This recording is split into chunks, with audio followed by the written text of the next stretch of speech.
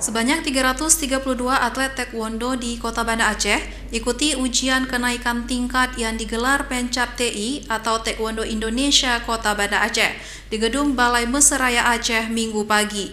Pada UKT tahun ini, para peserta yang mendaftar dapat menggunakan aplikasi Taekwondo Indonesia Integrated System.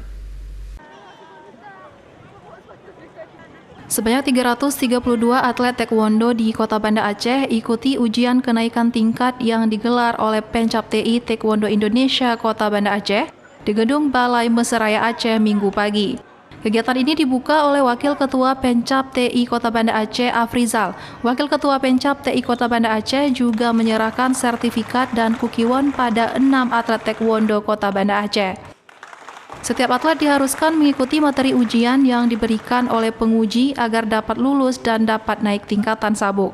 Para atlet dari anak-anak hingga dewasa tampak antusias mengikuti rangkaian materi ujian yang diberikan oleh penguji. Pada pelaksanaan UKT tahun ini, pihak penyelenggara menggunakan aplikasi TIIS atau Taekwondo Indonesia Integrated System yang dapat diakses oleh seluruh atlet yang telah mendaftar. Para atlet diharuskan melakukan absensi online dengan cara scan barcode sebelum mengikuti UKT. TIIS merupakan aplikasi mobile iOS dan web untuk atlet, pelatih, penguji, dan wasit taekwondo, serta aplikasi berbasis web untuk klub dan pengurus cabang kota, kabupaten, provinsi, dan nasional. Aplikasi TIIS baru di-launching tahun ini dan masih penyempurnaan di dalam aplikasinya. Sehingga apabila ada kendala di lapangan sangat disupport oleh tim TIIS pusat. Integrated system gitu ya.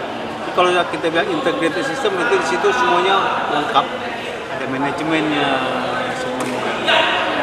Jadi lebih pada manajemen. Terus di dalam di situ yang kita lihat adalah setiap event itu wajib mengikuti by system TIS tadi, sehingga semua terkoordinir, terrecord dengan baik, sehingga pada saat tertentu kapanpun kita buka, misalnya si A atlet tidak dia pernah ikut aja, jadi ada database-nya juga akan muncul. Itu salah satu kelebihan TIS. Awal-awal sih banyak kendala, tapi itu sudah berlalu. Mereka tim programmernya terus bekerja terus untuk memperbaiki agar TIS ini sempurna. Dari Kota Banda Aceh, Khairul Muklas, iNews melaporkan.